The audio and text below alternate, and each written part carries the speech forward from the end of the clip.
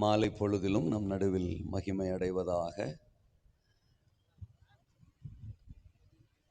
அருமையான திருச்சபையின் அன்பு பாஸ்டர் அவர்களுக்கும் குடும்பத்தாருக்கும் வந்திருக்கிற போதக பிதாக்கள் எல்லோருக்கும், திருச்சபை மக்கள், தேவ ஜனம் உங்கள் யாவருக்கும் இரட்சகர் இயேசுவின் விலையேற பெற்ற நாமத்தில் என் வாழ்த்துக்களை நான் தெரிவித்துக் கொள்கிறேன்.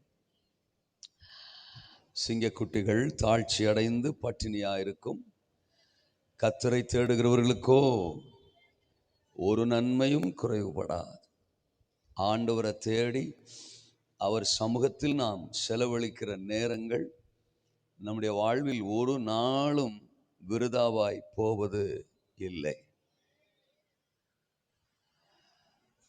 2 நிமிடம் அவர் சமூகத்தில் நம்ம செலவிட்டாலும் அதற்கான பலனை தேவன் தராமல் விடுவதே இல்லை.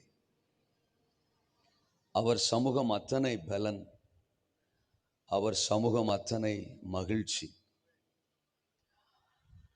என்னுடைய ஜெப வீட்டில் நான் அவர்களை கொண்டு வந்து மகிழ பண்ணுவேன் என்று ஆண்டவர் சொல்லுகிறார். உம்முடைய சமூகத்தில் பரிபூரண ஆனந்தமும் உமது வலது பாரிசத்தில் நித்திய பேரின்பமும் உண்டு என்று சங்கீதக்காரன் சொல்லுகிறார். இன்றைக்கும் இந்த 2ஆம் நாள் கூட்டத்தில் அவர் சமூகத்தில் வந்திருக்கிற உங்களை அவருடைய வார்த்தையினால் அவர் பலப்படுத்துவாராக. நீங்கள் யாரும் வந்த வண்ணமாக அல்ல, ஒரு புதிய பலனோடு, அபிஷேகத்தோடு, வார்த்தையின் நிறைவோடு இங்கிருந்து அனுப்பப்பட போகிறீர்கள். ஆமேன் சொல்லுகிறவர்களை தேவன் ஆசீர்வதிப்பார். இருக்கிறீங்களா? தோத்திரம். அவர் சமூகமும் அற்புத விடுதலையும். நேற்று நம்மோடு கர்த்தர் பேசினார். அவர் சமூகத்தில் அவரை மட்டும் நோக்கி பார்க்கிற மனிதனை அற்புதமாய் ஆண்டவர் விடுதலை செய்வார்.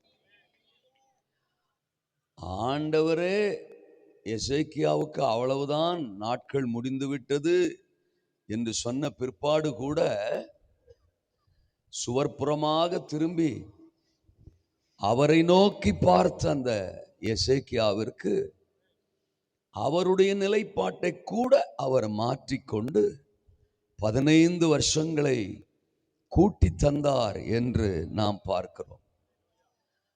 ஒரு ஜெபிக்கிற மனிதன், தேவ சமூகத்திற்கு வருகிற மனிதன், தேவனுடைய வார்த்தையிலேயே, தேவனுடைய நிலைப்பாட்டிலேயே, தேவனுடைய திட்டத்திலேயே ஒரு மாற்றத்தை கொண்டு வரக்கூடுமானால், இந்த உலகமோ மனிதனோ சாத்தானோ நமக்கு சொல்லுகிற எந்த வார்த்தையிலும் நிச்சயம் நம்முடைய ஜெபம் மாற்றத்தை கொண்டு வரும். சூழ்நிலைகள் ஜெப மனிதனை மாற்றுவதில்லை, ஜெபிக்கிற மனிதன் சூழ்நிலைகளை மாற்றுகிறான். We are the people of changing the situations.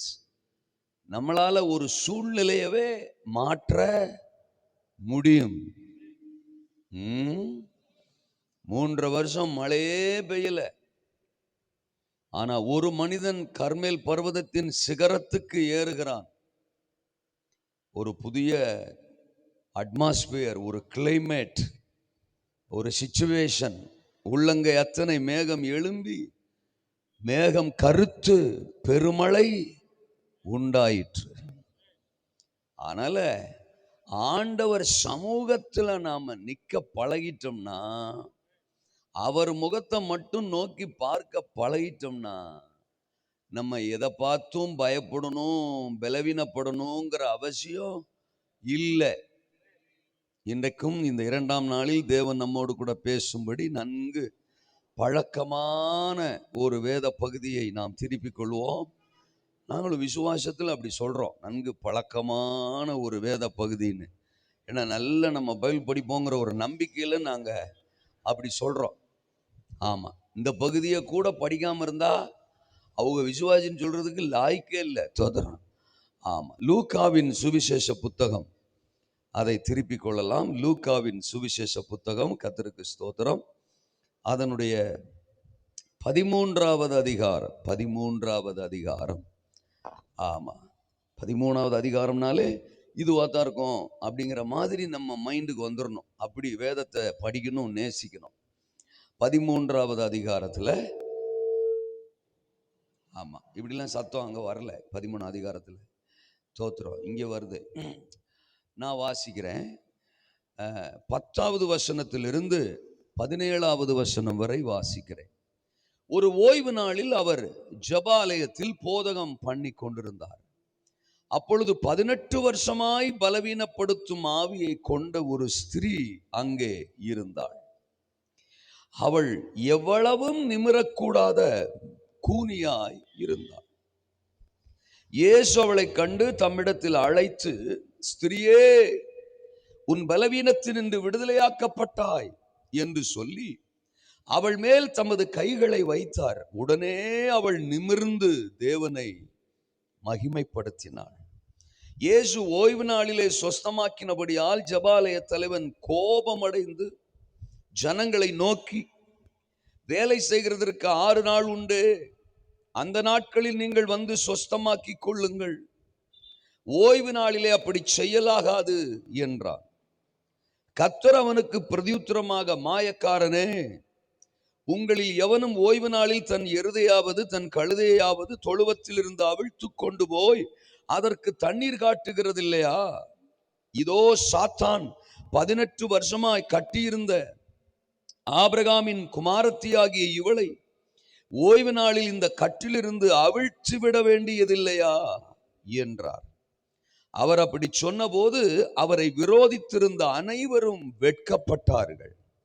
ஜனங்கள் எல்லாரும் அவரால் செய்யப்பட்ட சகல மகிமையான செய்கைகளை குறித்தும் சந்தோஷப்பட்டார்கள். ஆமென். கர்த்தருடைய பரிசுத்த நாமத்துக்கு மகிமை உண்டாகட்டும். இந்த சம்பவத்தை நீங்க படிச்சிருப்பீங்க. இயேசு ஒரு முறை ஒரு ஜெபாலயத்துக்கு போறார். அங்க ஒரு ஸ்திரீ, இஸ்திரி இல்ல தோதரம், ஸ்திரீ தோதரம். இஸ்திரிங்கிறது பெட்டி, தோதரம் அயன் பண்ற பெட்டிக்கு பேர் தான் இஸ்திரி. என் பேர் இஸ்டான்லி இல்லை, ஸ்டான்லி தோதரம். ஆமா, அப்படி இல்லை, நிறைய பிரசங்கியார்களோட சொல்றாங்க அங்க ஒரு இஸ்திரி அப்படின்றாங்க. தோதரம் ஸ்திரின்னு சொல்லி பழகுவோம். அங்க ஒரு ஸ்திரீ, ஒரு அம்மா 18 வருஷமா பலவீனப்படுத்துகிற ஒரு ஆவி அந்த அம்மாவை பிடிச்சிருந்துச்சா. ஆலயத்துல ஆவி, தோத்திரம், ஆலயத்துல ஆவி, பரிசுத்தாவி இல்ல. என்ன ஆவி?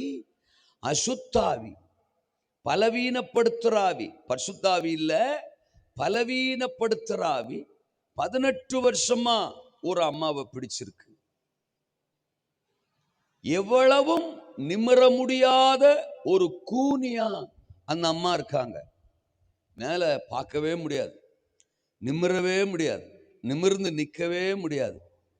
முன்னால வர்ற மனுஷங்களை பார்க்க கூட முடியாது, தரையத்தான் பார்த்துட்டே இருக்கணும். கீழ் நோக்கிய ஒரு பார்வை, பூமியை நோக்கிய ஒரு பார்வை, குனிஞ்சேதான் இருக்கணும். தலை குனிந்த ஒரு வாழ்க்கை, நிமிர முடியாத ஒரு வாழ்க்கை. 18 வருஷமாயி போச்சுல, அதனால நோ மோர் சான்ஸ், இனி வாய்ப்பு கிடையாது அப்படிங்கிற மாதிரி அந்த அம்மாவுடைய நிலை. 16ஆம் வசனத்தில் ஆண்டவர் சொல்றாரு, சாத்தான் அவளை என்ன செஞ்சிருந்தானா? கட்டி வச்சிருந்தான். 18 வருஷமா அப்படி சாத்தானால கட்டப்பட்டிருந்த ஒரு ஆவி அந்த அம்மாவை பிடித்திருந்தது. இயேசு வர்றாரு. அந்த அம்மா ஒன்னும் இயேசுவே எனக்கு உதவி செய்யுங்க அப்படின்னு பர்த்திமையை கூடுற மாதிரி ஜெபம் பண்ணல. இல்ல 12 வருஷமா பெரும்பாடுள்ள ஸ்திரீ இயேசுவின் வஸ்திரத்தை தாகமா ஓடி வந்து தொட்டாளே, அந்த மாதிரி தொடல. ஒரே ஒரு குட் நியூஸ், அவள் ஆலயத்திற்கு வந்திருந்தாள், அவ தேவ சமூகத்துக்கு வந்திருந்தாள், மிஸ் பண்ணல. ஆமா, முதல் நாள் கூட்டத்தை மிஸ் பண்ணவங்க இருப்பாங்க, 2ஆம் நாள் இன்னைக்கு கூட்டத்தை மிஸ் பண்ணவங்க கூட இருப்பாங்க. ரொம்ப பிஸியா இருப்பாங்க சிலர். ஆமா, அவங்க மேல குத்தம் இல்லை, அவங்களை ஆசீர்வதிச்சிருக்கிற ஆண்டவர் மேலதான் குத்தம். தோத்திரம். அவரு ஆமா வேலையை கிளையை கொடுக்காம வெட்டியா வச்சிருந்தாருன்னா பரவாயில்ல, தோத்துறான். ஆசீர்வதிச்சு ரொம்ப பிஸியாக்கி விட்டுறாரா, அதனாலதான் ஆண்டவரை கூட தேட முடியாத அளவுக்கு சில ஆளுக வேலையில, வியாபாரத்துல, விவசாயத்துல பிஸியா இருக்காங்க. நம்ம என்ன ஜெபம் பண்ணும்? ஆண்டவரே அவங்க பிஸி எல்லாம் குறையட்டும் ஆண்டவரே, அவங்க பிசினஸ் எல்லாம் குறையட்டும் ஆண்டவரே, ரொம்ப ஓவரா வேலை செய்யறாங்க, அவங்கள கொஞ்சம் டல்லாக்குங்கன்னு சொன்ன. இதான் நம்ம ஜெபம் பண்ணணும். ஸ்தோத்திரம். என்ன ஒரு மாதிரி பாக்குறீங்க? கர்த்தருக்கு ஸ்தோத்திரம். தேவனை தேடக்கூடாதபடி நமக்கு எந்த ஒரு பிஸி ஷெட்யூலும் இந்த உலகத்துல இருக்க வேண்டாம். அந்த அம்மா வந்திருந்தாளாம்.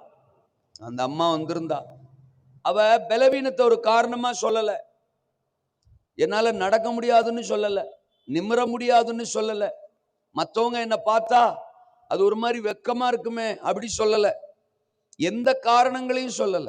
அவ காரணம் சொல்லியிருந்தா 1008 காரணம் சொல்லிட்டு வீட்டுல இருந்திருக்கலாம். ஆனா அந்த அம்மா வீட்டுல இருக்கல, விடுதலை தருகிற தேவ சமூகத்துக்கு வந்திருந்தா, ஜெப ஆலயத்துக்கு வந்திருந்தா. அது ஒண்ணுதான் பிளஸ். சோதரன் அவ ஒன்னும் கேட்கல, ஆண்டவற்ற ஒன்னும் மன்றாடல, அவர் சமூகம் வந்திருந்தா. ஆண்டவர் பார்க்கிறாரு. பெரிய கூட்டம் வந்திருக்கும். ஒருவேளை அம்மா மூலையில உட்கார்ந்து இருந்திருப்பா. அவர் காந்திக்கு மறைவானது ஒன்றும் இல்லை. என்ன பாஸ்டர் பார்க்கல, என்ன பிரதர் பார்க்கல, அந்த சிஸ்டர் பார்க்கல, அப்படிலாம் ஃபீல் பண்ணணுங்கிற அவசியம் இல்லை. 10 பேர் நம்மளை பார்க்கணும்னு நம்ம இங்க வரவும் வேணாம் பவுடரை போட்டுக்கிட்டு. அல்லையா சொல்லுங்க. தோத்திரம். அவர் நம்மளை பார்த்தா போதும். நேற்று நான் சொன்னேன், நாம அவரை பார்த்தா போதும். இன்னைக்கு சொல்றேன், அவர் நம்மளை பார்த்தா போதும். நாம அவரை பார்க்க, அவர் நம்மளை பார்க்க, ஆசீர்வாதத்தை தூக்க. அல்லையா சொல்லுங்க. பிரச்சனை எல்லாம் தோக்க. தோத்திரம். அவர் நம்மளை பார்த்தா போதும்ல. என்ன பேச்ச காணும்? ஓவர் டெக்கரேஷன் உசுருக்கு ஆகாது. அல்லையா சொல்லுங்க. ஆமா, நம்ம கணவருக்கு நம்ம அழகா இருந்துட்டா போதும், நம்ம மனைவிக்கு நம்ம அழகா இருந்துட்டா போதும். ஊர்ல 10 பேர் பார்க்கணுங்கிற மாதிரி டெக்கரேஷன் பண்ணிட்டு வெளில வரும்போதுதான் சிக்கல் ஆகி போயிருது. அல்லையா சொல்லுங்க. அங்க பாருங்க, அம்மா என்னை யாருமே பார்க்கலன்னா ஃபீல் பண்ணல. அவ ஒரு மூலையில உட்கார்ந்து இருந்தா. ஒருவேளை பக்கத்துல இருந்தவங்க அந்த அம்மாவை பார்த்தாங்களோ, அங்க இருந்தவங்க அந்த அம்மாவை கவனிச்சாங்களோ தெரியல. சர்வ வல்லவரின் பார்வையில், பரலோக தேவனின் பார்வையில், பரிகாரியின் பார்வையில், படைத்தவரின் பார்வையில் அம்மா விழுந்தாள். இருக்கீங்களா? இன்னும் அந்த அம்மா மூலையில உட்கார்ந்துருக்கா? இங்க வாமா அப்படின்னு இயேசுநாதரே அந்த அம்மாவை கூப்பிடுறார். தம்மிடத்தில் வரவழைத்தார், அழைக்கிறார். கமான், இங்க வா நீ. தோத்துற. இன்னைக்கு உனக்கு ஒரு அற்புதத்தை செய்யணும். இந்த இரவு உனக்கான இரவு.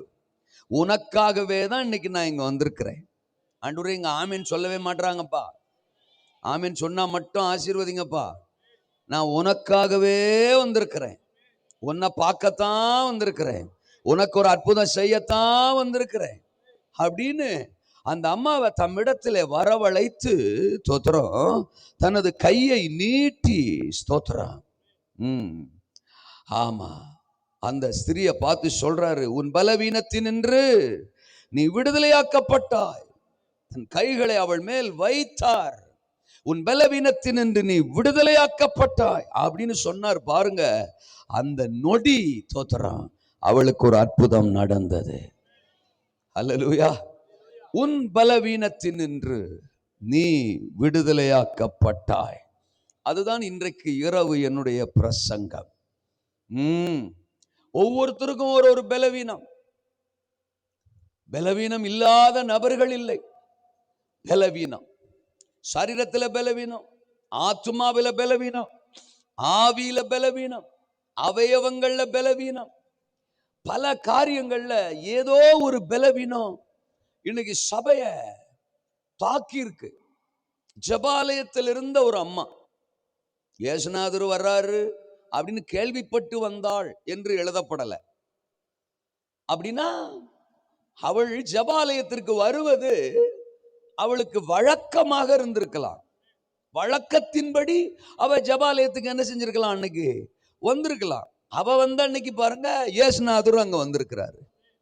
அப்போ ஒரு நாள் 2 நாள் அல்ல, அவள் வழக்கமாக ஒவ்வொரு தடவையும் ஜெபாலயத்திற்கு வருகிறவள். அப்படிப்பட்டவளுக்கு தான் ஒரு பலவீனம்.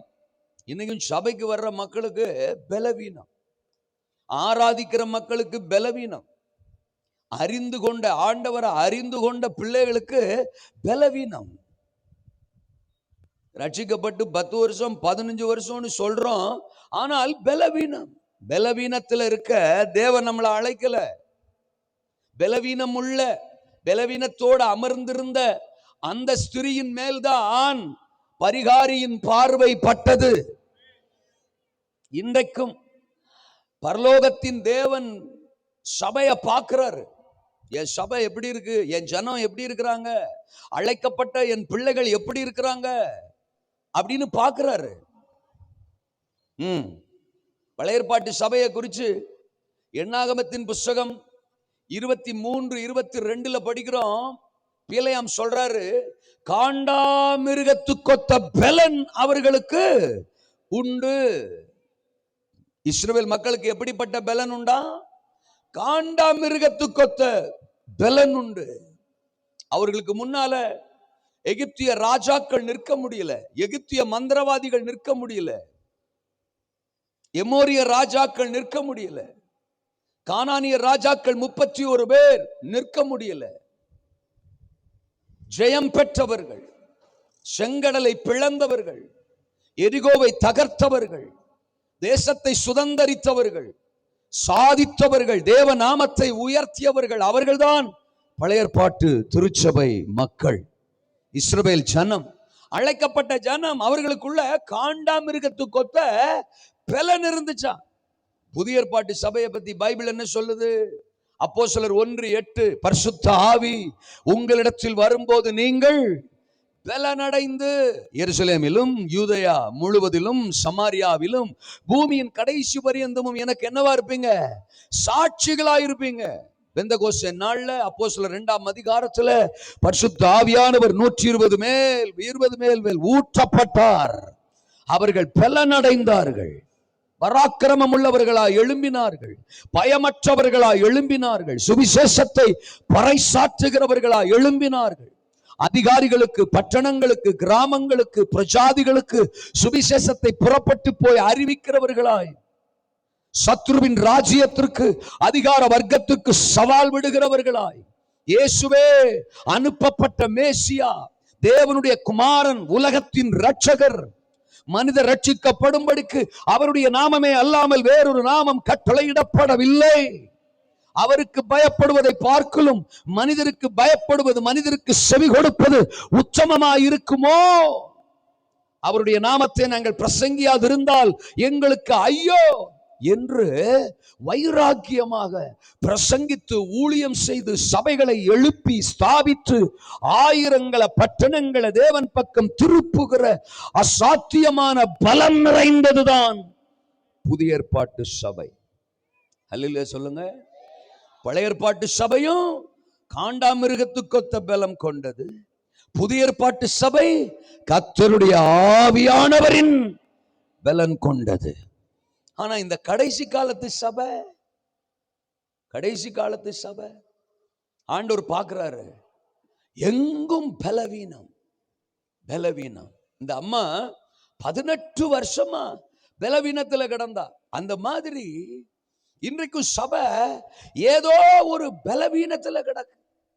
விசுவாசத்துல பலன் இல்லை, ஜெபத்துல பலன் இல்லை, தரிசனத்துல பலன் இல்லை, முழங்கால்கள்ல பலன் இல்லை, சுவிசேஷத்தை அறிவிக்க பலன் இல்லை, துதிக்க பலன் இல்லை, ஆராதிக்க பலன் இல்லை, வசனத்தை கேட்க பலன் இல்லை, வசனத்திற்கு ஒரு ஆமேன் சொல்ல பலன் இல்லை, மகிழ்ச்சியா இருக்க பலன் இல்லை.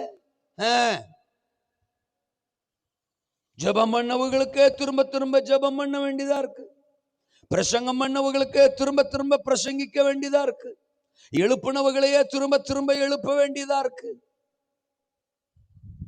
எண்ணப்பாட்டுக்கு செபிச்சவர்களுக்கே திரும்ப திரும்ப எண்ணப்பாட்டுக்கு செபிச்சு விட வேண்டியதா இருக்கு. காட்டுகளுக்குள் இருக்கிறாய் நீ, வியாதியில் தவிக்கிறாய் நீ, உன்னை சுற்றி போராட்டங்கள் நடுவில் நீ வாழ்கிறாய்னா அபிஷேகம் வருது. சோத்திரம். கட்டுகளுக்குள் இருக்கிறான்னா அபிஷேகம் வருது. பிரச்சனைகளுக்குள்ள தவிக்கிறாய்னா ஆவியானவர் வந்துடுறாரு. ஆனா உன் மேல இப்ப அபிஷேகம் வருதுன்னா கடப்பாறை முழுங்கின மாதிரி நிக்குது. சோத்திரம். வார்த்தை வரும்போது வில்லத்தனமா நிக்குது. சோத்திரம். இது ஒரு வித்தியாசமான தலைமுறையா இருக்கு. பிரச்சனைகளுக்கு முன்னால நிக்க பலன் இல்ல,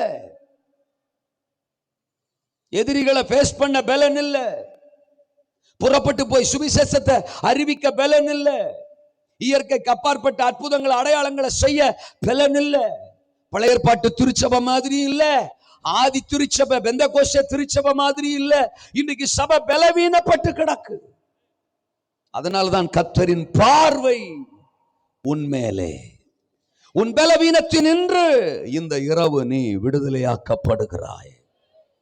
சபையை எழுப்ப தேவன் துடிக்கிறார்.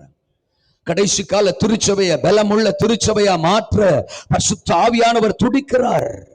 ஒவ்வொருவருக்குள்ள ஒரு பராக்கிரமத்தை அனுப்ப கர்த்தர் விரும்புகிறார்.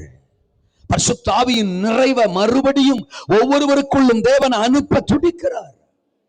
2 நாளாகமத்துல 20ஆம் அதிகாரத்துல யோசபாத் ராஜாவுக்கு விரோதமா 3 ராஜாக்கள் யுத்தத்துக்கு வருவாங்க.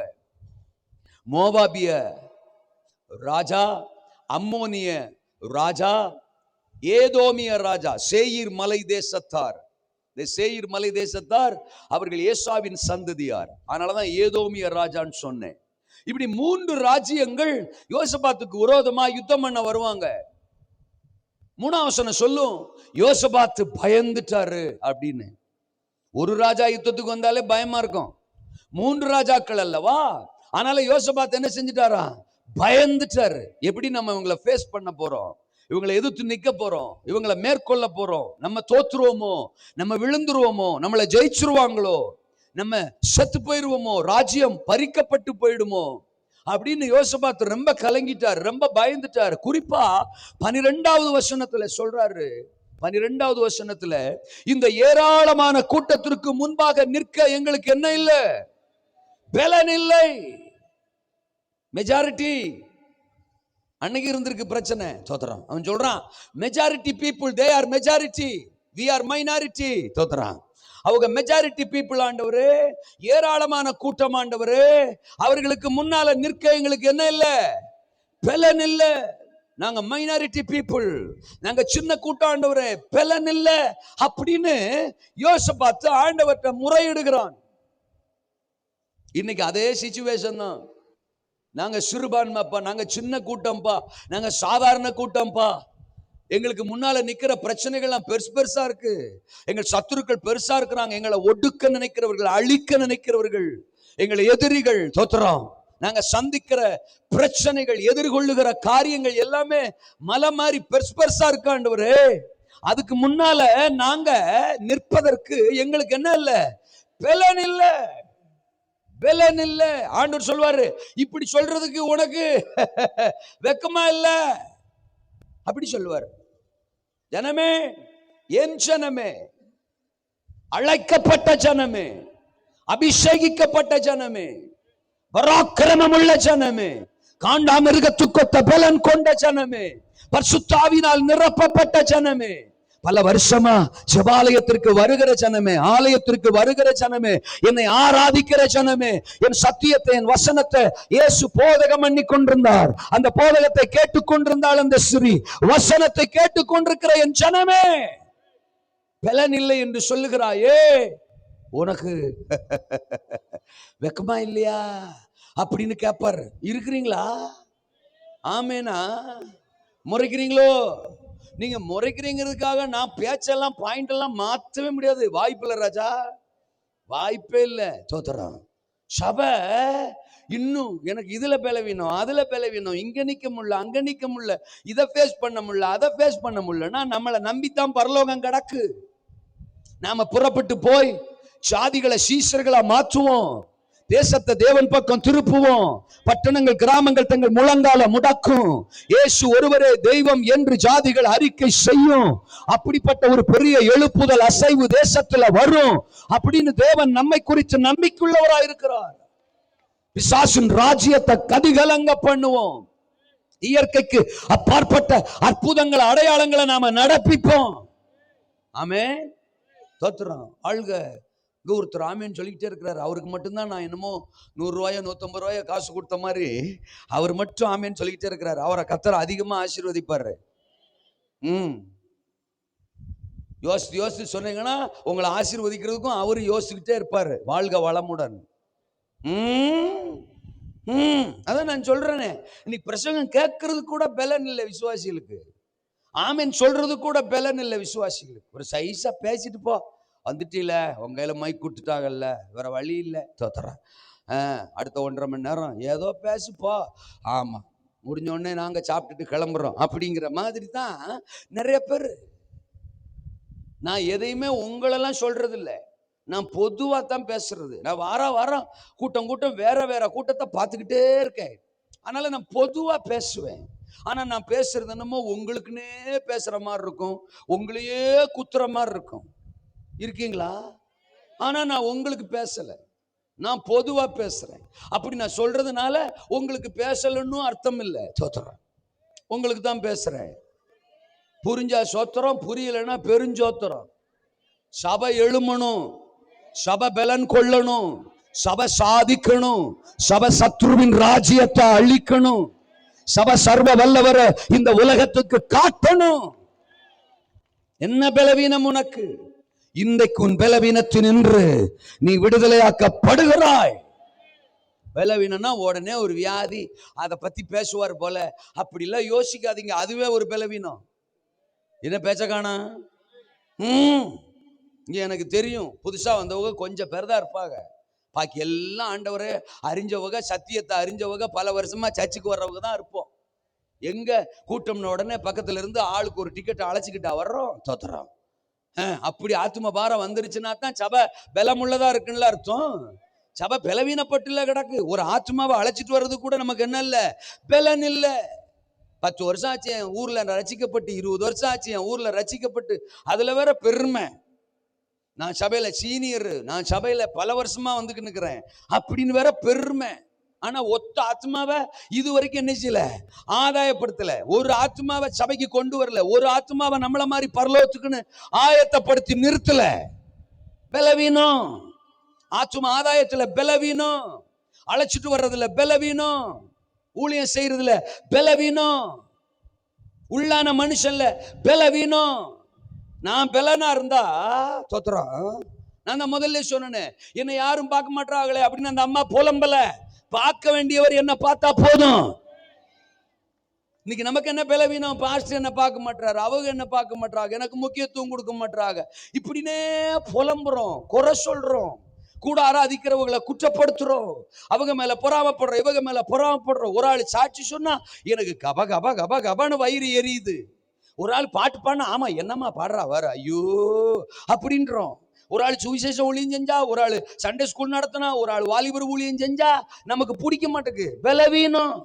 இன்னொரு ஆளோட கரம் கோர்க்க முடியல, ஐக்கியப்பட முடியல, ஒருத்தரை உற்சாகப்படுத்த முடியல, ஒருத்தரை கர்த்தர் ஆசீர்வதிக்கும் போது பயன்படுத்தும் போது அதை நினைச்சு சந்தோஷப்பட முடியல. என் சகோதரன் என் சகோதரி தேவனுக்காக பிரகாசிக்கிறாங்க அப்படின்னு என்னால சந்தோஷப்பட முடியலன்னா நான் பலவீனத்தில் இருக்கிறேன். இருக்கிறீங்களா? சபை பலவீனத்தில் இருக்க அழைக்கல.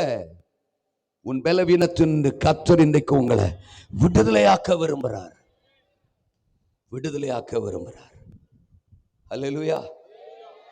3 பிரச்சனைகளுக்கு இங்க முற்றுப்புள்ளி வச்சார் ஆண்டவர். நீண்ட கால கட்டு. சொல்லுங்க அந்த வார்த்தைய, நீண்ட கால கட்டு. 2வது நிமிர முடியாத வேதனை. சொல்லுங்க, நிமிர முடியாத வேதனை.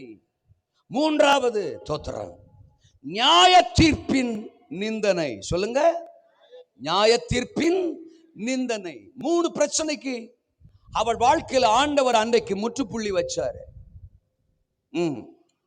நீண்ட கால கட்டு அவளுக்கு கர்த்தர் அன்றைக்கு ஒரு முற்றுப்புள்ளிய வச்சாரு. என்ன நீண்ட கால கட்டு? தோத்திரம் 16 வசனத்துல படிக்கிறோம்ல, 18 வருஷமா சாத்தான் அவளை என்ன செஞ்சிருந்தானா? கட்டி வச்சிருந்தானா. 18 வருஷமா ஜபாலயத்துக்கு வர்றவதான், வசனம் கேட்கிறவதான், ஆராதனைக்கு வர்றவதான், ஆலயத்துக்கு வர்றவதான். ஆனா 18 வருஷமா சாத்தான் கட்டி வச்சிருக்கான். கர்த்தரை ஆராதிக்கிற பிள்ளைய கண்டவன் கட்டி வச்சிருக்கிறான்னா, சாத்தான் கட்டி வச்சிருக்கிறான்னா. அழைக்கப்பட்டது கர்த்தருக்காக, ரட்சிக்கப்பட்டது கர்த்தருக்காக, சிருஷ்டிக்கப்பட்டது தேவனுக்காக, நாம் இந்த பூமியில வாழ்றதே தேவனுக்காக. ஜீவனை தந்தது அவரு, உசுரை தந்தது அவரு, உள்ள ஓடுற சுவாசத்தை தந்தது அவரு, வாழ்க்கையை தந்தது அவரு, சகலத்தையும் தந்தது அவரு. ஆனா என்ன, ஏதோ ஒரு ஆவி, சாத்தான், பிசாசு கட்டி வச்சிருக்கிறான்னா. இருக்கீங்களா? பிசாசுக்கு ஆலயத்துக்கு வர்ற ஆளுக மேலதான் கண்ணு, தேவன் தெரிந்து கொண்ட பிள்ளைக மேலதான் கண்ணு. அவங்களை ஏதோ ஒண்ணுல என்ன செஞ்சிடணும்? கட்டி வச்சிடணும். இந்த அம்மாவை 18 வருஷமா கட்டி வச்சிருக்கிறான். அவளுக்கு கூன் விழுந்துருந்துச்சு, அவ பலவீன், அதெல்லாம் விடு, தோத்துறான். சாத்தான் அவளை கட்டி வச்சிருக்கிறான். இதை கண்டுபிடிச்சவர் கர்த்தர். இதை இயேசுநாதர் இங்க சொல்றாரு. அவ பிரச்சனைக்கு காரணமே சாத்தான். அவ 18 வருஷமா வியாதியில இருக்கிறாளா? சாத்தான். அவ நிமிர முடியாம இருக்கிறாளா? சாத்தான். பிசாசு அவளை கட்டி வச்சிருக்கிறான். இருக்கீங்களா? 105 சங்கீதம் 18 வசனத்துல யோசேப்பை பத்தி படிக்கிறோம். அவன் கால்களுக்கு தோத்திரம் விலங்கு போட்டு அவனை ஒடுக்கினார்கள். அவன் பிராணன் இரும்பிலே அடைபட்டிருந்தது. விலங்கு போட்டு அவனை கட்டி வச்சு ஒடுக்கினார்கள் என்று எழுதப்பட்டிருக்கு. யார? யோசேப்ப. தேவனுடைய மிகப்பெரிய திட்டத்திற்கு, தரிசனத்திற்கு அழைக்கப்பட்டவன் யோசேப்பு. அவன் மூலமா எகிப்து ஆசீர்வதிக்கப்பட போகிறது, பார்வோன் ஆசீர்வதிக்கப்பட போறான், தேசங்கள் ஆசீர்வதிக்கப்பட போகுது, இஸ்ரவேல் ஜனம் ஆசீர்வதிக்கப்பட போகுது. அதுதான் அவனை குறித்த தேவனுடைய தரிசனம். ஒருவேளை அது யோசேப்புக்கு தெரியாம இருக்கலாம், அவன் குடும்பத்துக்கு தெரியாம இருக்கலாம், அவனை கொண்டு போடணும்னு நினைச்சாங்களே அவன் அண்ணன்மாரு, அவங்களுக்கு தெரியாம இருக்கலாம். அவனுக்காக பல வருஷமா அழுதுகிட்டு இருந்தாரு யாக்கோபு, அவருக்கு தெரியாம இருக்கலாம். ஆனால் யோசேப்பை தேவன் அழைத்த, தெரிந்து கொண்ட, சிருஷ்டித்த நோக்கம், அவன் ஆயிரங்களுக்கும் லட்சங்களுக்கும் தேசங்களுக்கும் ஆசீர்வாதமா இருக்க போறான். உங்களை பத்தி ஒருவேளை உங்களுக்கு தெரியாம இருக்கலாம், உங்க கூட ஆராதிக்கிறவங்களுக்கு தெரியாம இருக்கலாம், உங்க பாஸ்டருக்கு தெரியாம இருக்கலாம், பிரசங்கம் என்ற எனக்கு தெரியாம இருக்கலாம். ஆனா உங்களை குறிச்சு மிகப்பெரிய திட்டத்தை உள்ளங்கையில வரைஞ்சு வச்சிருக்கிறார் உங்களை படைச்ச கர்த்தர். You shall be a blessing. நீங்கள் ஆசீர்வாதமா இருப்பீங்க. உலகத்துக்கு ஆசீர்வாதமா இருப்பீங்க, தேசத்துக்கு ஆசீர்வாதமா இருப்பீங்க, உங்க தெருவுக்கு ஆசீர்வாதமா இருப்பீங்க, பட்டணத்துக்கு ஆசீர்வாதமா இருப்பீங்க, ராஜாக்களுக்கு ஆசீர்வாதமா இருப்பீங்க. அதுதான் உங்களை குறிச்சு தேவனுடைய சித்தம்.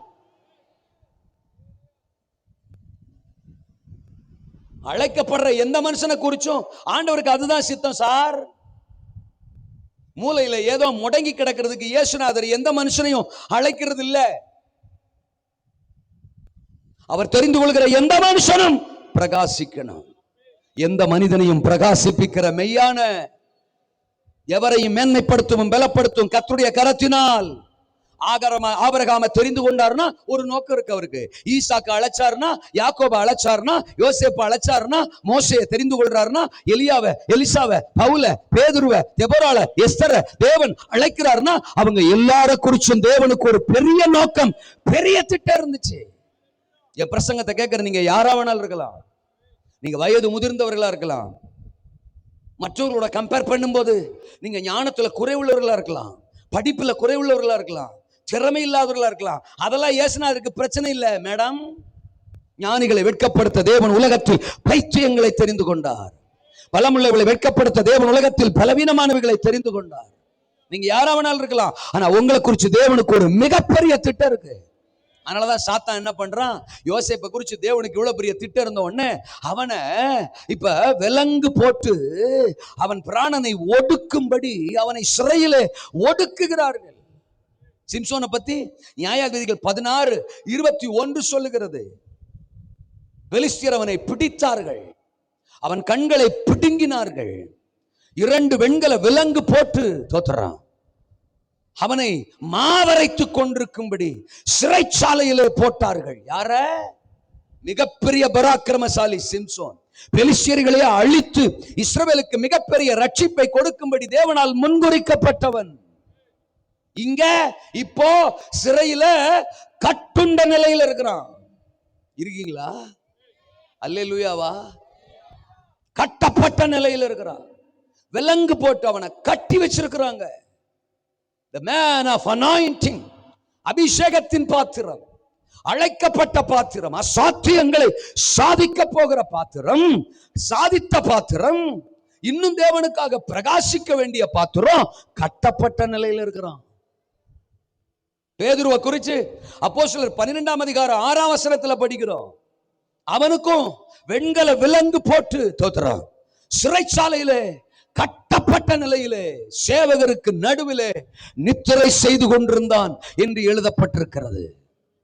மறுநாள்ல அவனை கொலை செஞ்சிடணும்னு ஏரோது பிளான் பண்ணி அவனை சிறைச்சாலையில கட்டப்பட்ட நிலையில அடைச்சு வச்சிருந்தானா எதிரி ஏரோது. யார்? பேதுரு, அபிஷேகிக்கப்பட்ட பேதுரு, அழைக்கப்பட்ட பேதுரு. தேவன் மிகப்பெரிய எதிர்கால திட்டத்தை அந்த பேதுருவை குறித்து வச்சிருந்தார். அவனோ கட்டப்பட்ட நிலையில் இருக்கிறான்.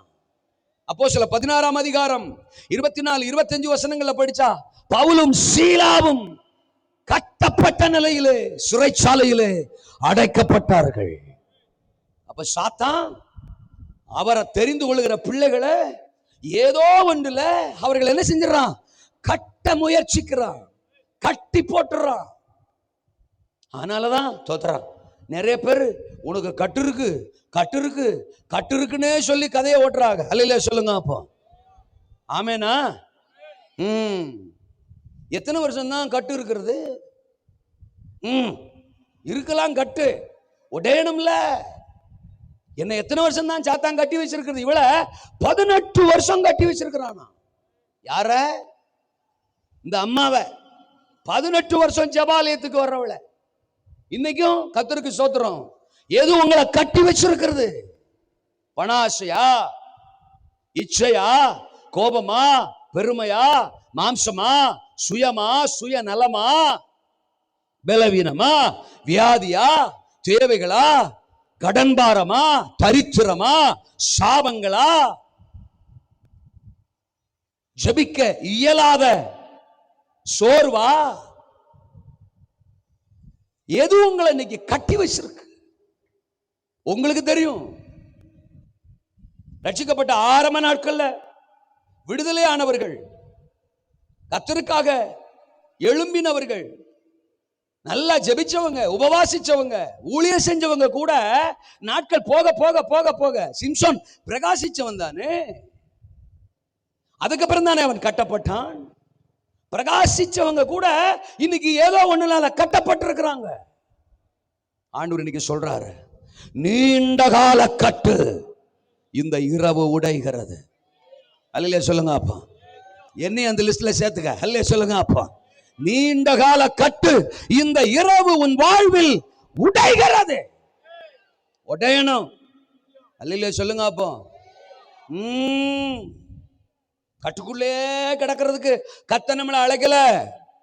தேசத்துல கட்டப்பட்ட நிலையில கிடக்கிற ஆயிரங்களை லட்சங்களை கட்டவிழ்க்கும்படி கர்த்தர் என்ன அழைச்சிருக்கிறார்.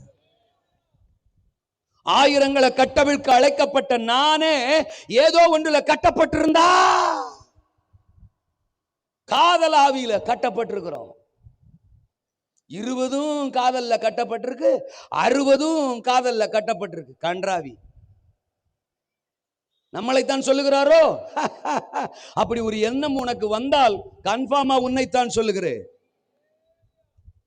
ஏன்னா நீ அந்த ஆவியில இல்லைன்னா உனக்கு அந்த எண்ணமே வராது. யாருக்கோ சொல்லுகிறார் அப்படின்னு பாஸ் பண்ணிட்டு போயிருவீங்க. ஒருவேளை நமக்கு தான் சொல்றாரோ அப்படின்னு ஒரு எண்ணம் வந்துச்சுன்னா கன்ஃபார்மா உனக்கு தான். 60 என்று அவர் நம்மை தான் சொல்லுகிறாரோ, நமக்கு 59 தானே ஆகிறது, இல்ல 58 தானே ஆகிறது. உனக்கு அந்த சந்தேகம் வந்துச்சானே, மிஸ்டர் அண்ட் மிஸ்ஸஸ் தோத்ராம், உனக்கு தான் பாயிண்ட். அல்லேலூயா சொல்லுங்க. எதுல கட்டப்பட்டிருக்கிற இச்சை, பொருளாசை, பணாசை, எதிர் வீட்டு ஜன்னல் மேல ஆசை, கூட ஆராதிக்கிற நபர் மேல ஆசை, அந்த புடவை மேல ஆசை, அந்த பேண்ட் மேல ஆசை, இல்ல என் ஆளு வேட்டி தான் கட்டுவாரு, வேட்டி மேல ஆசை. அல்லேலூயா சொல்லுங்க. இயேசுவின் நாமத்தினால எதுல கட்டப்பட்டிருக்கிற நீ? நீண்ட காலம், நீ எத்தனை வருஷங்கள் சாத்தாவனை கட்டி வச்சிருந்தாலும் அந்த பலவீனத்தில் நின்று அந்த கட்டுகளில் இருந்து இந்த இரவு சர்வ வல்லவரின் வார்த்தை, சர்வ வல்லவரின் சக்தி, அபிஷேகம், அபிஷேகம், அபிஷேகம், பரிசுத்த ஆவியானுடைய வல்லமை இப்ப உங்க சரீரத்தின் மேல இறங்கி வருகிறது. பல வருஷ கட்டு இந்த இரவு உடைகிறது இயேசுவின் நாமத்தில். நீ எழும்பணும். அல்லேலூயா சொல்லுங்க. சிம்சோன், ஐ நீட் யூ, எனக்கு நீ தேவை. யோசேப்பு, எனக்கு நீ தேவை. பேதுரு, பவுல், சீலா, எனக்கு நீ தேவை. என்னால் முன்குறிக்கப்பட்ட உங்களை எந்த எதிர் சக்தியும் எந்த சாத்தானும் உன்னை கட்டி வச்சிருக்கிற நான் அனுமதிக்க போறது இல்ல. என் தூதனை அனுப்புவேன், என் வார்த்தையை அனுப்புவேன், என் வல்லமையை அனுப்புவேன், என் வெளிச்சத்தை அனுப்புவேன், என் சக்தியை அனுப்புவேன், என் பராக்கிரமத்தை அனுப்புவேன். இருக்கிறீங்களா? 430 வருஷம் எகிப்திலே கட்டுண்ட நிலையில் கிடந்தார்கள் இஸ்ரவேல் ஜனம். 430 years, 430 வருஷம், நீண்ட வருஷங்கள். நம்ம அதைத்தான் அடிக்கடி பெருசுப்படுத்துறோம். 430 வருஷம் அவங்க அடிமைப்பட்டு கிடந்தாங்க, எகிப்துல கட்டப்பட்ட நிலையில கிடந்தாங்க, கர்த்தர் விடுதலையாக்கினார். வெரி குட், இல்லைன்னு சொல்லல. ஆனா இன்னொன்னு சொல்லட்டுமா? இந்த 430 வருஷம் அடிமைப்பட்டு கிடந்த இஸ்ரவேல் மக்களை விடுவிக்க வேண்டும், விடுதலை செய்ய வேண்டும் என்று தேவன் முன்குறித்திருந்த மோசே 40 வருஷமா மீதியான் தேசத்துல கட்டுண்ட நிலையில கிடக்குறான். இன்னும் பொசுக்குன்னு இப்படி சொல்லிவிட்ட தோத்துறான். என்னை பாருங்கள், யோகம் வரும், தோத்துறான். ஏங்க, இவனை தேவ திட்டத்துக்குன்னு இவன் எழுமணும்னு தான் பிறக்கும் போதே இவனை பார்வோன் கொல்லணும்னு நினைச்சான். ஆண் பிள்ளைகளை எல்லாம் கொன்றணும் அப்படின்னு பார்வோன் பிளான் பண்ணும்போது எபிரேய மருத்துவச்சிகள் மூலம் கர்த்தருக்கு ஸ்தோத்திரம் மோசேய கர்த்தர் பாதுகாத்தாரு. பார்வோன் கையில கொடுக்கல. அதுக்கப்புறம் 3 மாசம் அவங்க அம்மா அப்பா ஒளிச்சு வச்சு இவனை வளர்க்குறாங்க. அதுக்கு பிறகு முடியலன்னு சொல்லி யாத்ராம 2 அதிகாரத்துல இவனை ஒரு நாண பெட்டியில வச்சு நதியில விடுறாங்க. வேற வழி இல்லை.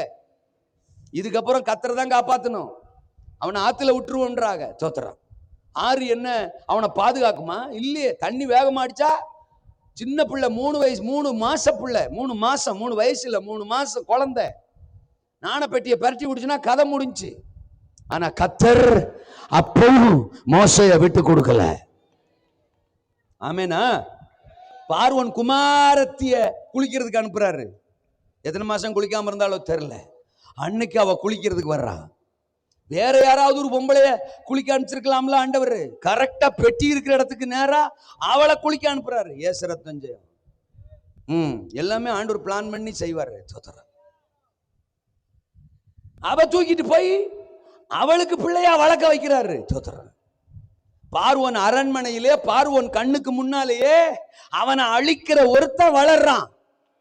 அவனுக்கு தெரியாது யாரா ஒரு அன்றாயிரம் குறுக்கம் இருக்க ஓடுது அப்படின்னு கேட்டிருப்பான். பார்வோன் கேட்டிருப்பான், என்னடா ஒருத்தன் தோத்துறான், ஒரு சின்ன டவுசரு குறுக்கு முறுக்க ஓடுது, தோத்துறான். அவன் தான் உங்களை போட போற ஆளு.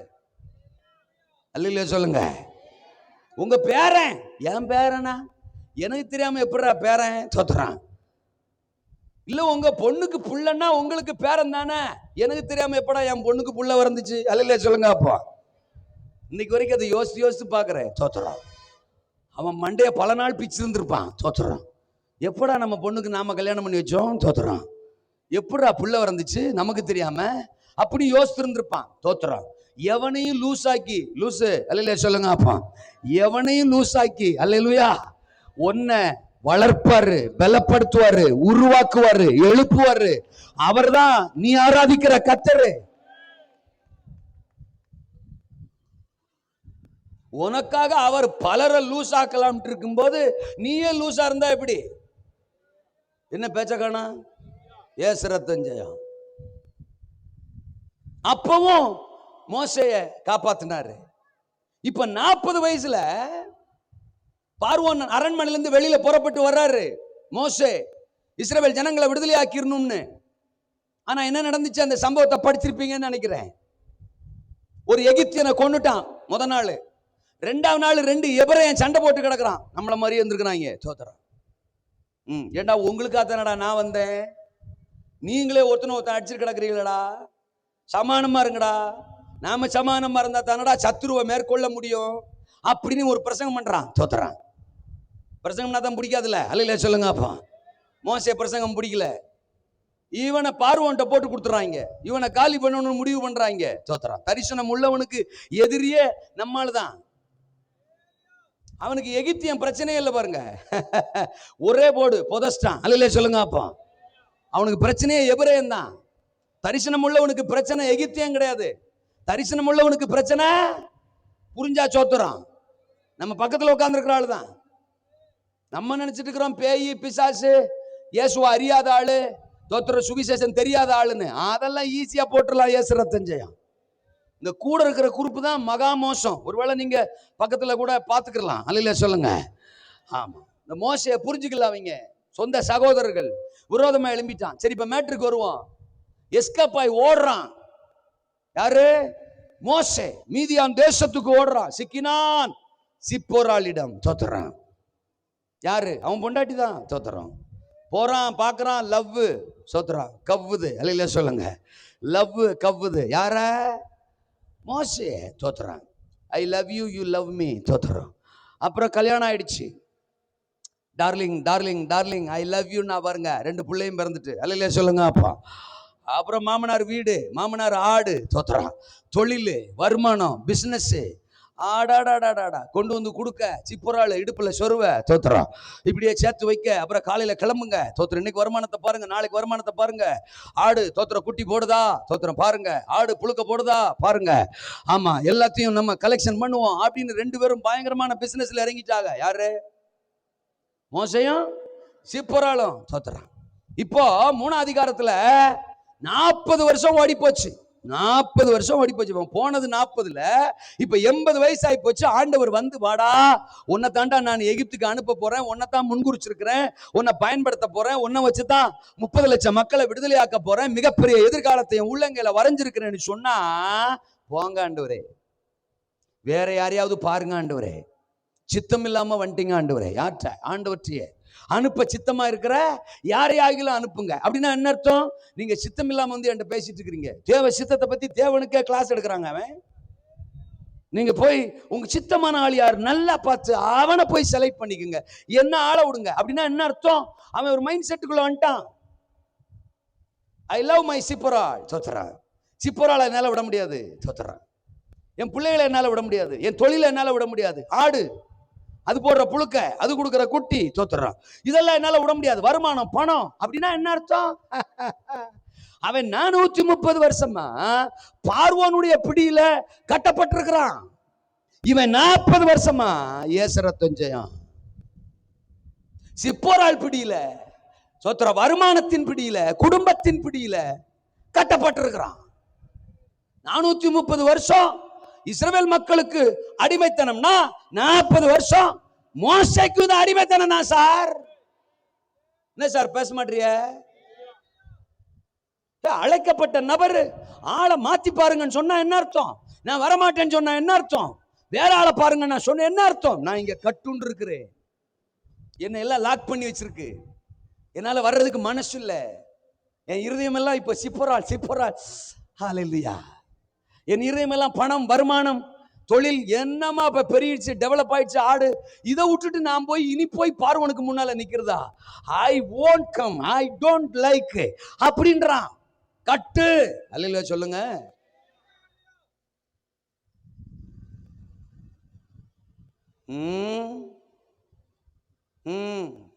சம்பந்தப்படாத ஆளை லவ்னாலும் கட்டுதான். சம்சாரத்தை லவ்னாலும் கட்டுதான்.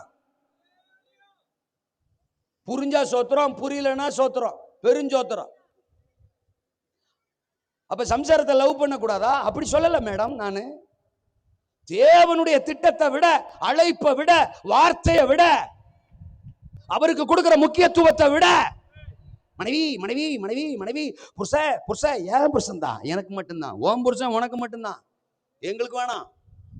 என் புள்ள, என் வேலை, என் பணம், என் பிசினஸ், என் லாபம், என் ஆதாயம் அப்படின்னு கிடக்கிறவாரு கட்டு. என் நாமத்து நிமித்தம் குமாரனையாவது, குமாரத்தையாவது, மனைவியாவது, வீட்டையாவது, தாயாவது, தகப்படையாவது, நிலங்களையாவது, வீட்டையாவது விட்டவன் எவனோ அவன் நூறத்தனையாய் பலன் அடைவான். Try to understand the plan of God. தேவ திட்டத்தை உங்க வாழ்க்கையில புரிஞ்சுக்கங்க. அல்லேலூயாவா. நிலங்களை, ஒலிவ தோப்புகளை, திராட்சை தோட்டங்களை தோத்திர வாங்குறதுக்கு இது காலமா? பணம் பணம் பணம்னு கேயாசி அவனுக்கு பின்னால போறியே, அதுக்கு இது காலமா? எது ஒண்ணு மேற்கொண்டிருக்கு, எது ஒண்ணு கட்டி வச்சிருக்கு. ஒரு அனனியா சப்பிரால கட்டி வச்ச பொருளாசை, பணாசை இன்னைக்கு ஏதோ ஒண்ணு சபையை கட்டி வச்சிருக்கு. பலவீனம். கர்த்தர் நம்மளை அதிகமா நம்புறாரு. நீங்களும் நானும் எழும்புனா, இந்த பலவீனத்திலிருந்து எழும்புனா அந்தகாரங்களை வீழ்த்தி மிகப்பெரிய மாற்றத்தை தேசத்துல கொண்டு வர முடியும். சிம்சோனே, உன் கட்டுகளில் இருந்து எழும்பி வா. யோசேப்பே, உன் கட்டுகளில் இருந்து எழும்பி. சீமோனே, பேதுருவே, பவுலே, சீலாவே, உன் கட்டுகளில் இருந்து வெளியேறி விடுதலையாகி எழும்பி வா. இன்றைக்கு உன் பலவீனத்தின் என்று நான் உன்னை விடுவிக்கிறேன்.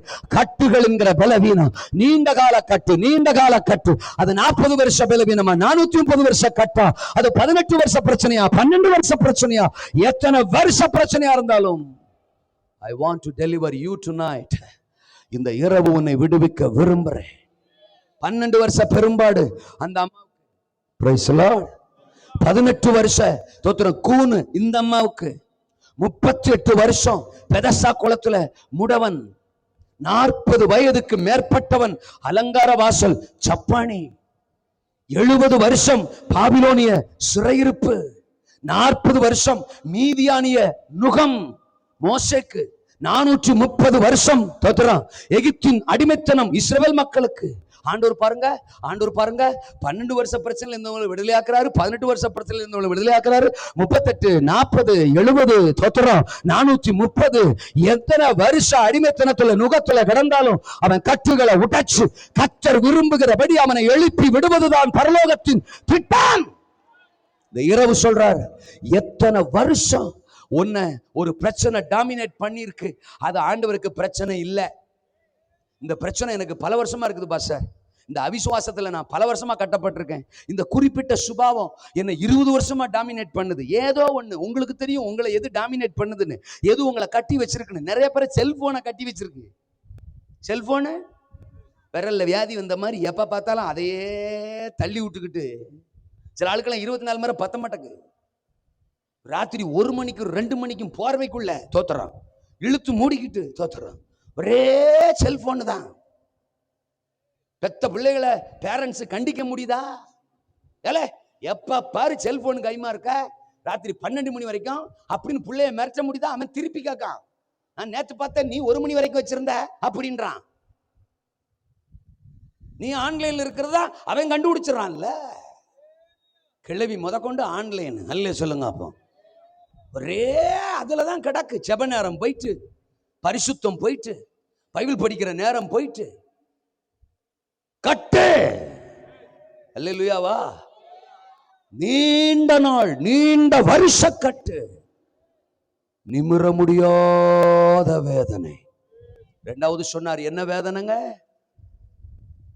அது நீ தானே சொன்ன, நாங்களா கேட்டோம். ரெண்டாவது பாயிண்ட் தோத்துறோம்.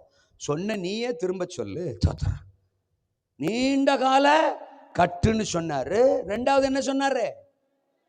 நிமிர முடியாத, எவ்வளவும் நிமிரக்கூடாத கூனி. அப்படின்னா என்ன அர்த்தம்? இம்பாசிபிள்னு அர்த்தம். அதற்கு வாய்ப்பே வாய்ப்பில்லை ராஜா. அந்த மாதிரி அல்ல சொல்லுங்க அப்பா. அதற்கு வாய்ப்பே, அவ்வளவுதான். பெண்டானது பெண்டானதுதான். எவ்வளவும் 0.1 டிகிரி கூட அந்த அந்த நிலையில இருந்து அவளால மேல என்ன செய்ய முடியாது, நிமிர முடியாது. அல்ல குனிஞ்சது குனிஞ்சதான். இனியெல்லாம் அந்த அம்மாவுக்கு அற்புதம் நடக்க, அவ நிமிர்ந்து நடக்க வாய்ப்பே இல்லை. ஒன்னு சொல்லவா, நம்ம ஆண்டவருக்கு இந்த மாதிரி சிச்சுவேஷன்ல அற்புதம் செய்யறதா அவருக்கு ரொம்ப பிடிக்கும். நீ ஆமேன் சொல்லலாட்டா கூட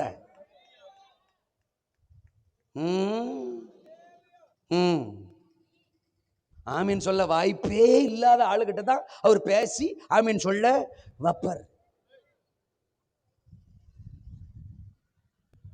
இருக்கீங்களா? 100 வயசு கிழவனுக்கு புள்ள பிறக்க வாய்ப்பு இருக்கா? 90 வயசு கிழவி சாராளுக்கு புள்ள பிறக்க வாய்ப்பு இருக்கா? எவ்வளவேனும் வாய்ப்பில்லை. எவனா நம்ப முடியுமா சார்? 90 வயசு கிழவி புள்ள பெத்தான்னா எங்க அப்பா சொன்னா பெத்தெடுப்பா. ஒரு சிலர் இங்க ஆமேனே சொல்ல மாட்டாங்க. இன்னைக்கு ராத்திரி தனியா அவங்களை கவனிங்கப்பா. இல்லையாவா? ஒரு கட்டுதான், அது உடையணும். ஏசுரத்தன் ஜெயம்.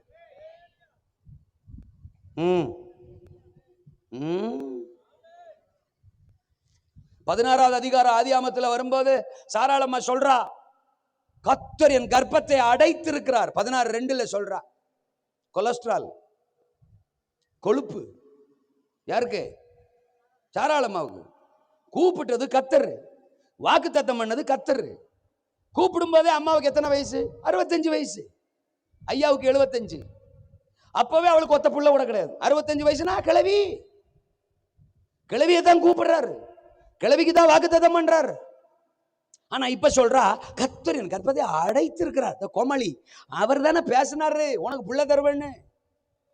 புள்ள தர்றேன்னு சொன்னவர் புள்ளைய தருவார்ல.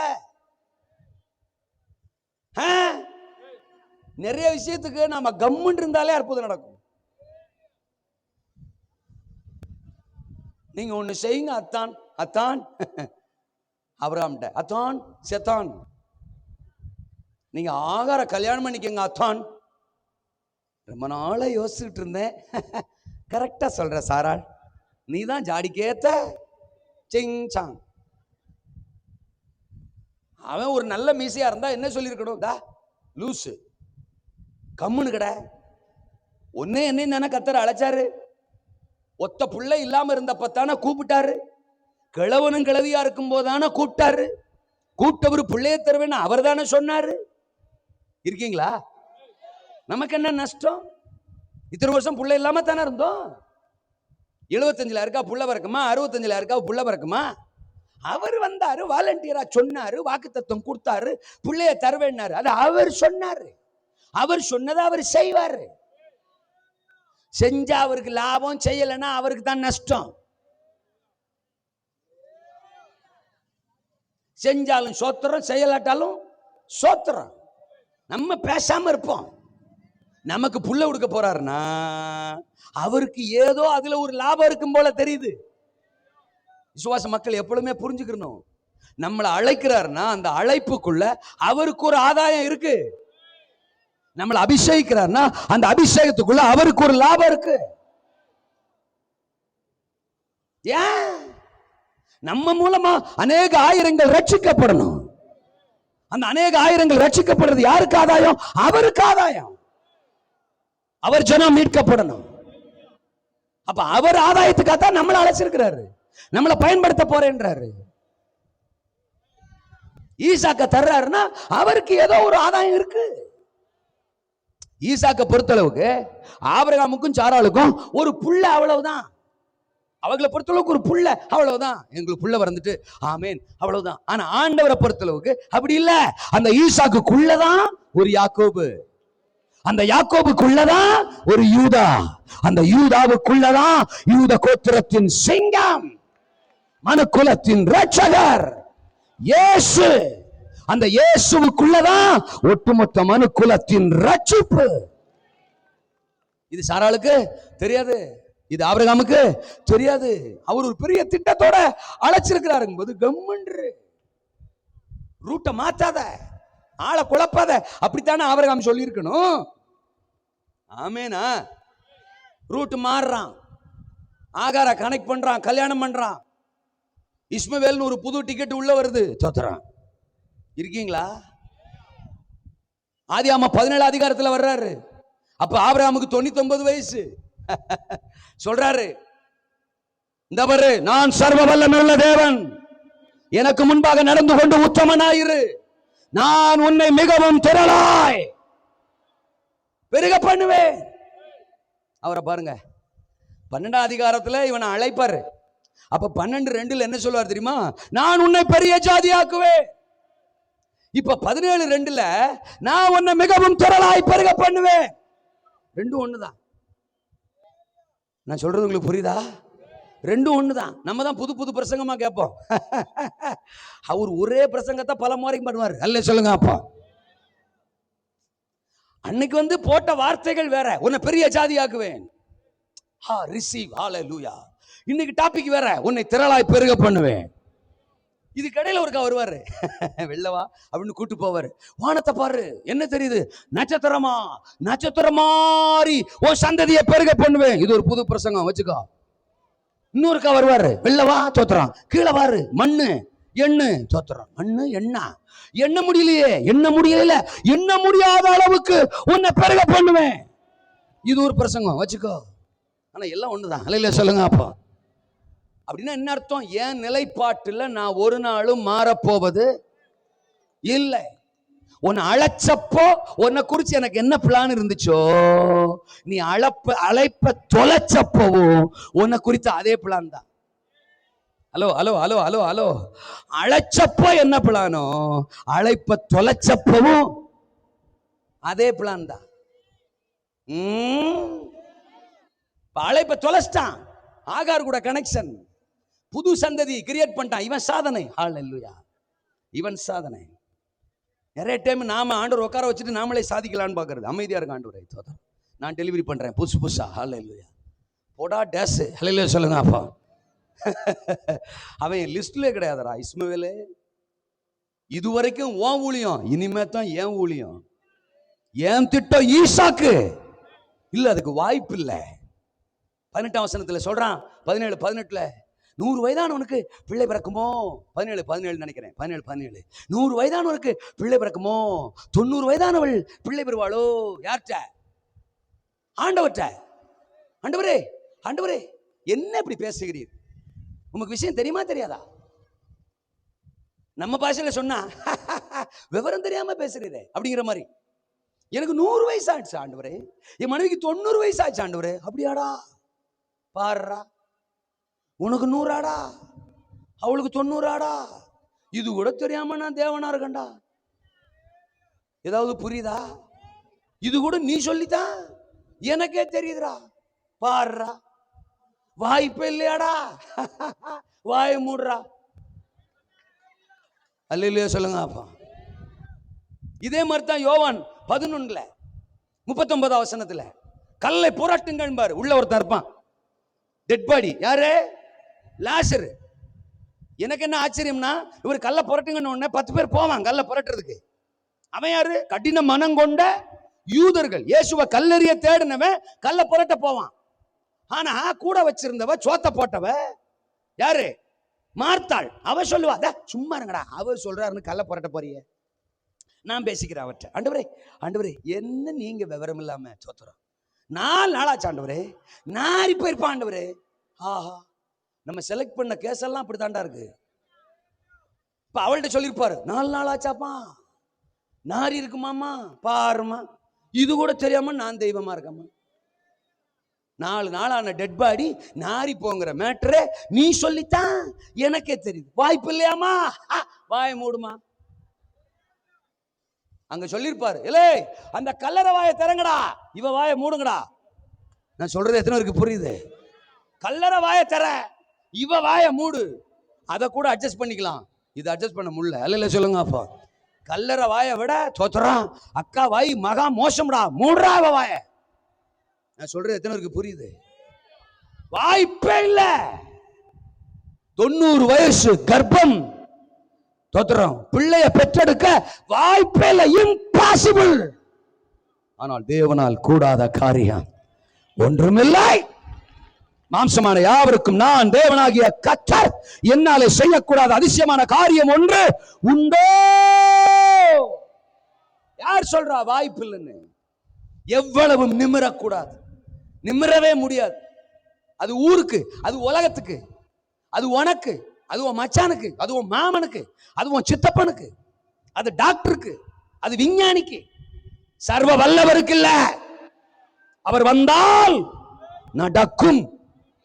கல்லறைக்குள்ள இருந்து 4 நாள் டெட் பாடி உசுரோட எழும்பி வந்து உன் கண்ணுக்கு முன்னால நிற்கும். யார் சொன்னா திருமணம் நடக்க வாய்ப்பே இல்லை? இன்னைக்கு கர்த்தர் சொல்றாரு, உனக்கு திருமணம் நடக்குது. ஏற்கனவே ஆணவர்களுக்கு இல்லை. அல்ல சொல்லுங்க, புதுசா ஒன்று நடக்கும்னு நினைச்சிட்டு போயிடாத, தோத்துற. குழந்தை பிறக்காதுன்னு யார் சொன்னா? இன்னைக்கு உன் கர்ப்பத்துல கர்த்தருடைய வல்லமை பாயுது, உன் சரீரத்துல கர்த்தருடைய வல்லமை இறங்குது. ரீதா லாக்கரா சந்து ரபானா கா.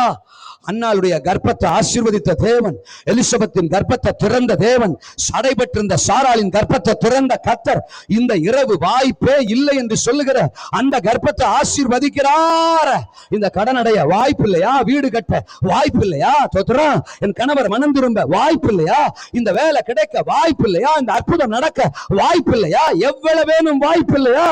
இந்த இரவு வாசல ராஜா சர்வ வல்லவர் உனக்காக திறக்கிறார். நீ பலன்கொள், பலன்கொள், பலன்கொள். என் சபையை பலன்கொள். நீ எழும்புவாய். அல்லேலூயா. நான் விழுந்ததுதான் நினைக்கிறியா? சிம்சோன் விழுந்ததுதான். அவன் மீண்டும் பலன் கொள்ள வாய்ப்பு இல்லை. அப்படித்தான் பெலிஸ்தியன் நினைச்சிருப்பான். அப்படி நினைச்சுதான் அவனை கொண்டு வந்து நிறுத்துறாங்க. ஏசரத்தஞ்சு கோமாளியா, நிறுத்துங்கடா, நமக்கு வேடிக்கை காட்டும்படி நிறுத்துங்கடா. அவன் சோத்துறான், மொட்டை அடிச்சாச்சு, அவனை பலம் போயிடுச்சு, பராக்கிரமம் போயிடுச்சு. இனி அவன் கோமாளி தான், வேடிக்கை காட்டுறவன் தான். இனி ஒரு நாளும் அவன் பலன் கொள்ள வாய்ப்பே இல்லை. அப்படித்தான் பெலிஸ்திய கூட்டம் நினைச்சிச்சு. ஏசரத்தஞ்சையான் வந்துச்சு பாரு தேவனுடைய பலன் அவன் மேல. இந்த இரவு நீங்கள் இழந்தது திரும்ப உங்க மேல வருது, பறி கொடுத்தது திரும்ப உங்க கைக்கு வருது. இதெல்லாம் நடக்க வாய்ப்பு இல்லைன்னு உங்க மனசு சொல்லுதா?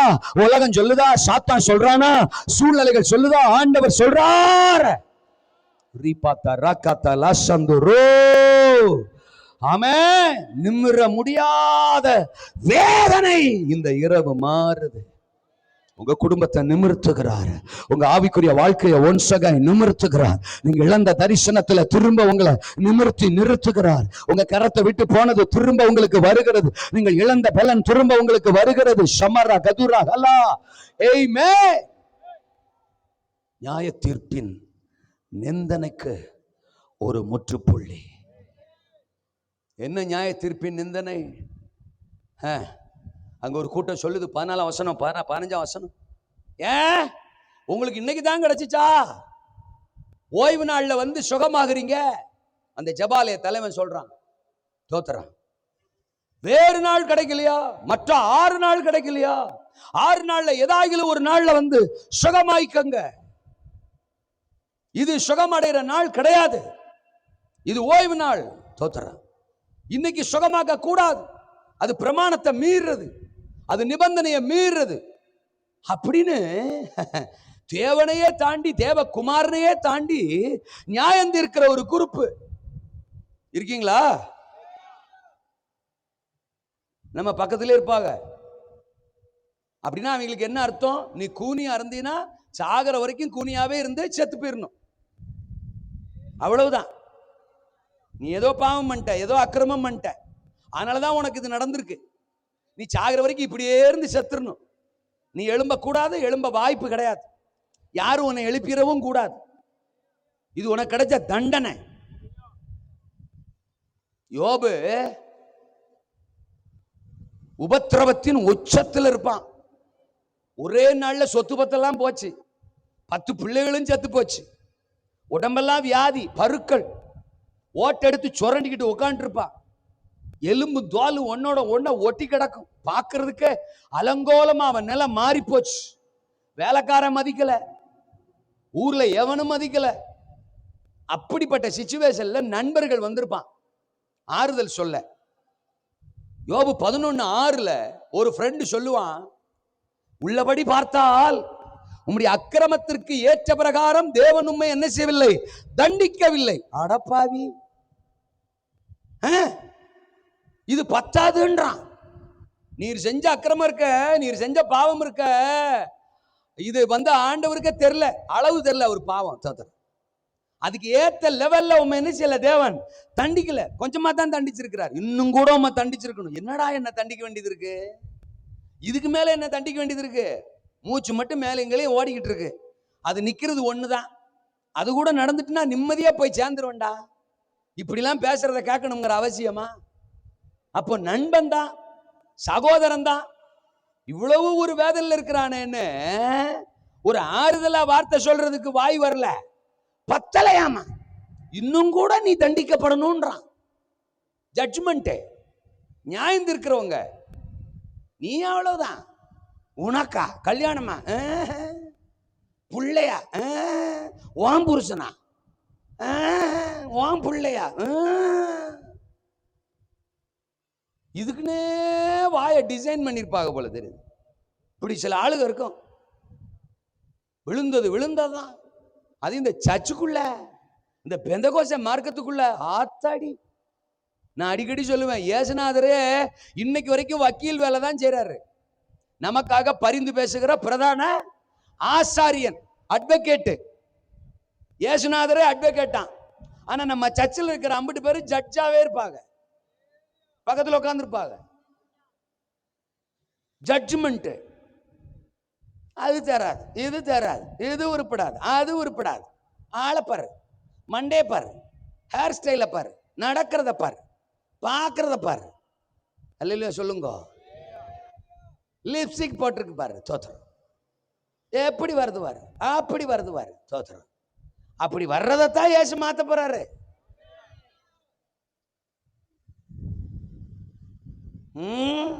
பிணியாளிக்கு தான் வைத்தியம், அப்புறம் என்னதுக்கு ஆஸ்பத்திரி திறந்து வச்சிருக்க நீ?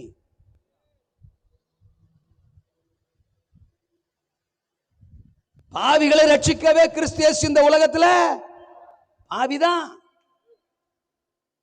அவன் இயலாதவன் தான், அவன் முடியாதவன் தான், துன்மார்க்கன் தான், அவனுக்குத்தான் ரட்சிப்பு. நீ என்ன ஜட்ஜ்மெண்ட் பண்ற? நான் இப்ப ஜெபாலயத்துக்கு வந்தது அவளுக்காகத்தான். அவ 18 வருஷமா கட்டப்பட்டிருக்கிறா. சாத்தான் அவளை கட்டி வச்சிருக்கான், நிமிரவே முடியாது, வாய்ப்பே இல்லை. அவளுக்காகத்தான் நான் வந்திருக்கேன். நீ என்ன ஜட்ஜ்மெண்ட் பண்ற? நீ என்ன நியாயம் தீர்க்கிற? அல்லேலூயா சொல்லுங்க. இன்னொன்னு சொல்லவா? 10 பேர் நியாயம் தீர்த்தான்னு வச்சுக்கங்களேன், நமக்கு பிளஸ்ங்க. தோத்திரம். ஏன்னா நமக்காக தேவன் அற்புதம் செய்யறாரோ இல்லையோ, நம்மளை சங்கடப்படுத்துறவன், நம்மளை பேசுறவன், நம்மளை குத்தம் சொல்றவன், நம்மளை குறை சொல்றவன், நம்மளை நியாயம் இருக்கிறவனுக்காகவே நமக்கு அற்புதம் செய்வார். ஏதாவது புரியுதா? யாரா நீ? என் பிள்ளைய ஒரு மாதிரி பேசுறதுக்கு நீ யாரா? உன் வயிறு எரியிற மாதிரியே நான் அற்புதம் செய்ய வேண்டாம். இந்த பர்த்திமையை கூட நான் பாருங்க, தோத்திரம் மார்க் 10ஆம் அதிகாரத்துல 45 இருந்து படிக்கிறோம், 46 இருந்து. இயேசுநாதர் எரிகோவின் நகர் அந்த வயதுல வர்றாரு. இவன் வாலில உட்கார்ந்து இருக்கிறான். சோத்திரம். இயேசு வரும்போது, தாவீதின் குமாரனே எனக்கு கூப்பிடுறான். அவர் காதுல வாங்காத மாதிரி போறாரு.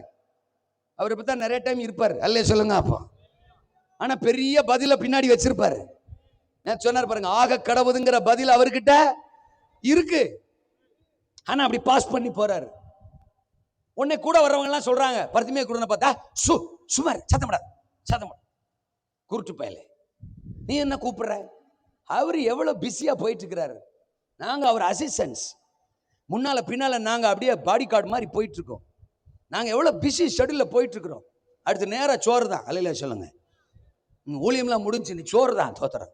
நாங்கள் சோத்துக்கு போயிட்டு இருக்கிறோம். நீ இந்நேரம் போல ஏசுன்னு டிஸ்டர்ப் பண்ண, அமைதியார், கூப்பிடக்கூடாது அப்படின்னு அவரை மிரட்டுறாங்க. உடனே பருத்திமே குருட, ஆத்தாடி குருடனா இருந்தா கூப்பிடக்கூடாது போலடா, கண்ணு இருந்தா தான் கூப்பிடணும் போல, மிரட்டுறாங்கடா. எதுக்குடா வம்பு? நம்ம பழையபடி கூப்பிட்டோம்ல அதே மாதிரி கூப்பிடுவோம். தாயே, எம்மா, ஐயா, எப்பா, ஏதாவது போடுறா அப்படின்னு கேட்போம். பிச்சை எடுத்துக்கிட்டே செத்து போயிடுவோம் அப்படின்னு அவன் யோசிக்கல. போங்கடா லூசுங்களா, எனக்கு வேணும் இயேசு. போங்கடா லூசு, எனக்கு வேணும் இயேசு. என்ன பேச்ச காணோம்? என்ன தலையில குட்டுறதுக்கு தான் உன்னால முடியும், என் குருட்டு கண்ணை திறக்க அவரால தான் முடியும். ஏற்கனவே கூப்பிட்டது ஒரு காதுல விழுகல போல, இப்ப படுறான். இவன் கூட்டுறாங்களா, நம்மளால கூட்டுறான். இவன் தலையில குட்டுறான், நம்மளால சவுண்டா குமார் எனக்கு இறங்கும் நின்னுட்டாரு. ஏசு ரத்தம் ஜெயம். இப்ப என்ன பண்ணுவ? நிறுத்தி விட்டோம்ல ஆள. இது எந்த ஊரு? மறக்கவே மாட்டேன். அல்ல சொல்லுங்க. அப்படி ஒரு எக்ஸைட்மெண்ட்ல இருக்கேன். அல்ல சொல்லுங்க. நிறுத்திட்டோம்ல ஆள. இப்ப ஏசுனாரு. யாரா அது சத்தம் போடுறது? ஒரு சத்தம் வருது. உடனே இவங்க எல்லாம் சொல்லியிருப்பாங்க, சோத்திரம், ஆண்டவரே நீங்க போங்க. நாங்க அவனை ஏற்கனவே சத்தம் போட்டோம், அமைதியாக சொல்லிட்டோம். அவன் குருட்டு போய் ஏதோ கூப்பிடுறான். இன்னும் 2 பேரும் நாங்க நிப்பாட்டிருக்கோம். அவன் பார்த்துப்பான். நீங்க கண்டினியூ பண்ணு. டென்ஷன் ஆயிட்டாரு. யாரா நீ? அவனை சத்தம் போடக்கூடாதுன்னு சொல்றதுக்கு நீ யாரா கோமாளி? ஒண்ணு செய். நீயே போய் அவனை கூட்டுவா. நானே போயா? ஆமா, அவனை டிஸ்டர்ப் பண்ணல, அவனை ஜட்ஜ்மெண்ட் பண்ணல, அவனை சத்தம் போடக்கூடாதுன்னு சொன்னில, அவனை மிரட்டினில. அதனால நீயே போய் கூட்டுவா. உன் கண்ணுக்கு முன்னாலேயே உன் வயிறு கபன்னு எரியிற மாதிரி அவனுக்கு நான் ஒரு அற்புதத்தை. அல்லேலூயாவா?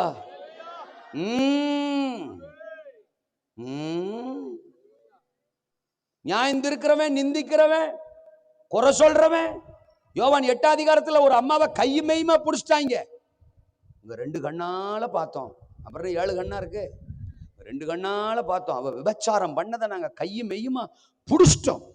மோசே கல்லெறிய கொல்ல சொல்லியிருக்கிறார். நீர் என்ன சொல்லுகிறீர்? ஏசுனார் என்ன பண்ணாராம்? தோத்துறான். தரையில குனிஞ்சு என்னமோ எழுதினாராம். நிறைய பேர் இன்னைக்கு வரைக்கும் ஆராய்ச்சி பண்றான் அதுல என்ன எழுதினாருன்னு. தோத்துறான்.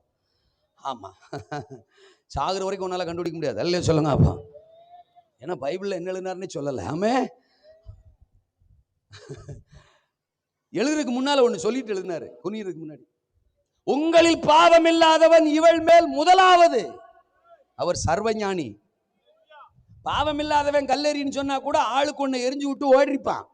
முதலாவது எரியணும்ட்டாரு. இப்ப எவனாவது ஃபர்ஸ்ட் கல்ல எடுத்திருந்தான்னு வச்சுங்க, பக்கத்துல சொல்லிப்பான், மச்சான் என்ன முந்தா நாளே தெரியாதா, நாங்கெல்லாம் கம்முன்னு இருக்கோம், நீ மட்டும் முத கல் எடுக்க. அத்தனை பேரும் கல் எடுத்து ஒன்ன கொண்டுடுவோம் வச்சிருக்கல.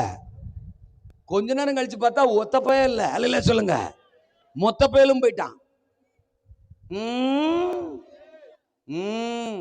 உலகம் உன்னை பாக்குற மாதிரி உன்னை அழைச்ச கர்த்தர் உன்னை ஒரு நாளும் பாக்குறது இல்ல. உன் பலவீனத்தை கண்டு உலகம் இன்னைக்கு உன்னை நியாயம் தீர்க்கலாம்.